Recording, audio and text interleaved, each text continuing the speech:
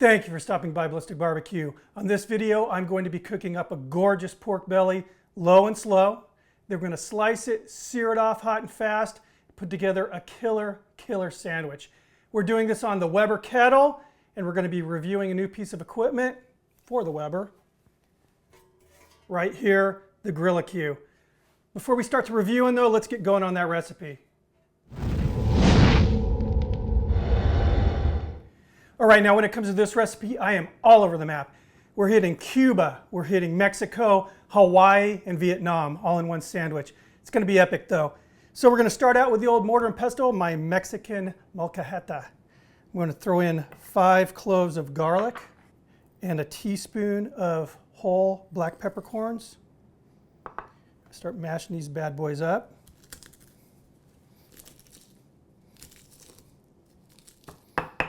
All right, that's looking really good. Now we're going to throw in 2 teaspoons of Mexican oregano and 2 teaspoons of fairly coarse ground sea salt. There we go, a nice paste. Set this off to the side. All right, we're going to scoop this paste into my bowl here.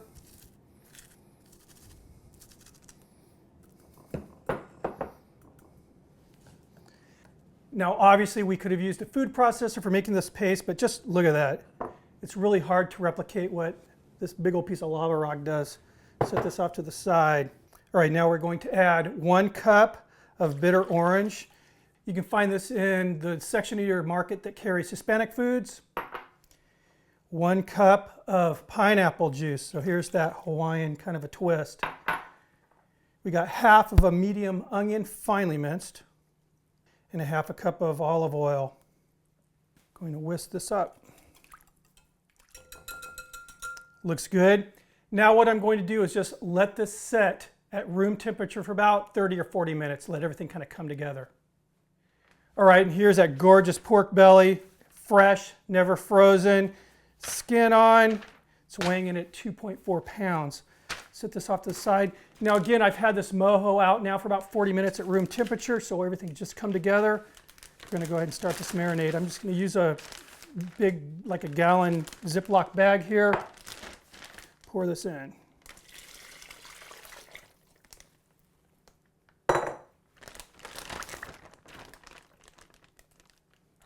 All right, I'm going to place this in the fridge, and we're going to let this marinate for 4 hours minimum.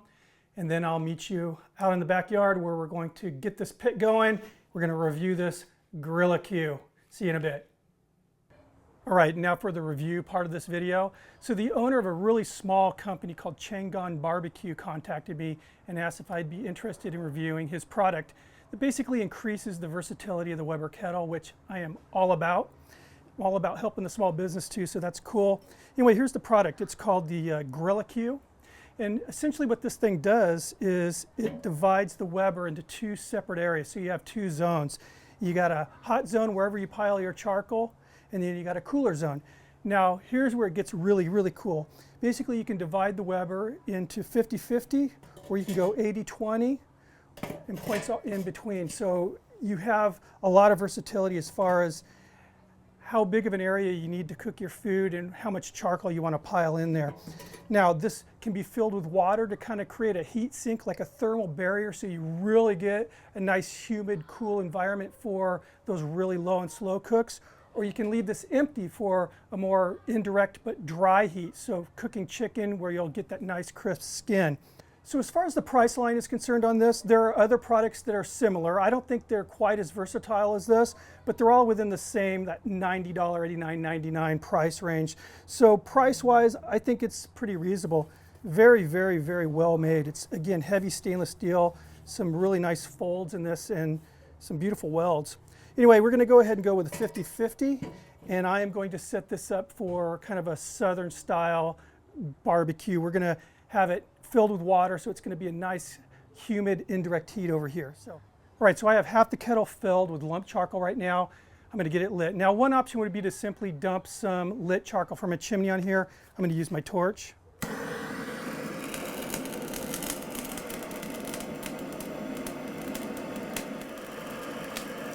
All right, it's lit pretty good right there in this one spot. We're kind of going for that minion method kind of a burn. So let's go ahead and get the grate on. All right, I have my Cray Court grate in place. It does fit with the Cray Court. Now what we're going to do is add some water. This is hot water from the tap, so it's running at about 120 degrees Fahrenheit.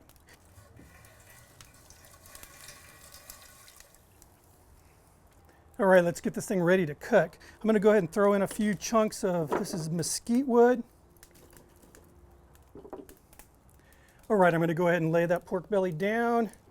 I'm going to close the bottom damper halfway. And now I'm going to put the lid on. Again, top damper is halfway closed. And what I'm shooting for is 225 to 250 degrees. With those settings, that should give me what I'm looking for. If not, then I'll just make some minor adjustments. Anyway, I will see you in a bit. All right, we are at 5 hours and I have barely touched this thing. Made some very, very minor adjustments to the dampers after I put the lid on and started this initial cook. Started to kind of rise up a little higher than I wanted it to. Just closed the dampers a little bit, got it right down to 250, and it's been riding that line. But remember, I'm using mesquite. This is mesquite lump as well, and it burns a little hotter than other woods. So I'm going to attribute to that. Other than that, though, this thing's, like I said, 5 hours. I still have at least 4 more hours of wood here. I'm looking at the lump. So as you can see, I've got a gorgeous color on here now. There's no rub, so there's not any bark, but this is right where I wanted it. I tested the tenderness here just a few minutes ago, and it's just before like pulling tenderness, so it's pretty darn tender, but again, we're gonna slice this up and sear it. So what I'm gonna do is go ahead and pull this off, and I'm gonna wrap this in foil, and I'm gonna allow this side, my searing side now, to come up to full temp, so I'm just gonna leave the lid off. All right, the lower damper is now fully opened. As you can see, my lump charcoal is totally digging on that. I wanted to point out that there's actually still water in the G'rillaQue, which is pretty impressive. So far, this thing's winning me over. I'm pretty darn impressed.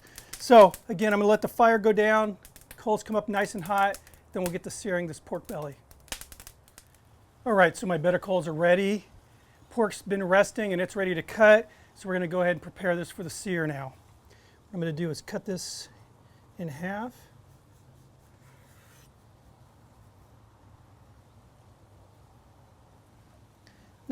Nice ring there. Of course, you got the skin down on the bottom. And we will not be using the skin in this recipe, but I will be saving the skin, so don't panic.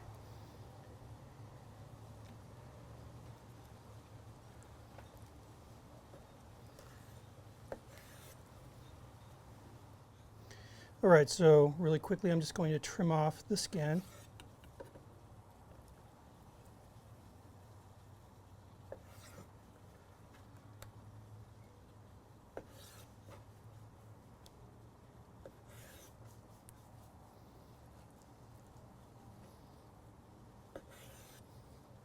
All right, now we're ready to sear, and I'm using a ceramic plancha.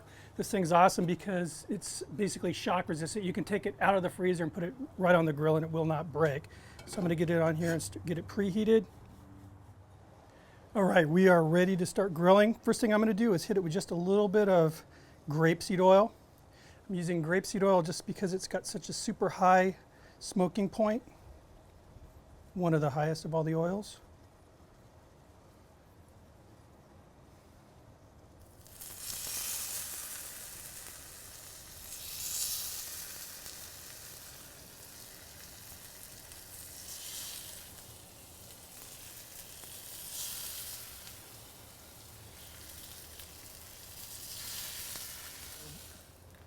All right, we'll give these guys a flip. Oh, looking good.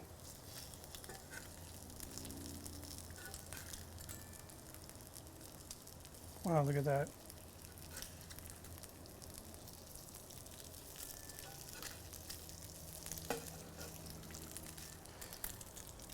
All right, these are done. What I'm going to do now is pull them off, set them on some paper towels.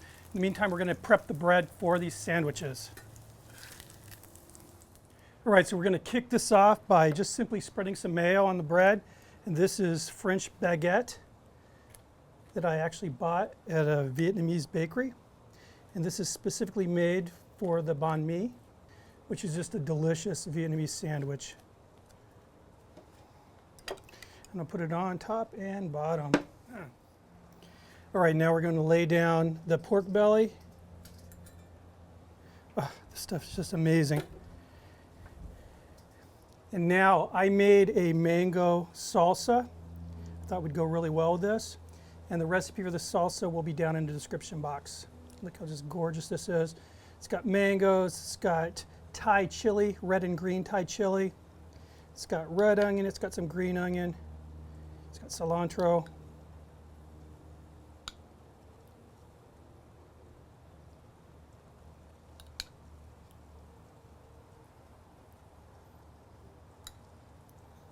And it's beautiful. All right, now the capper here. Ah, this is gorgeous, gorgeous, gorgeous. Let's go ahead and chop this and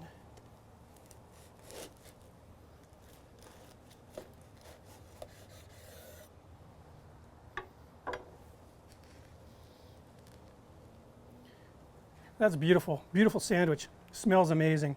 Let's give this a try.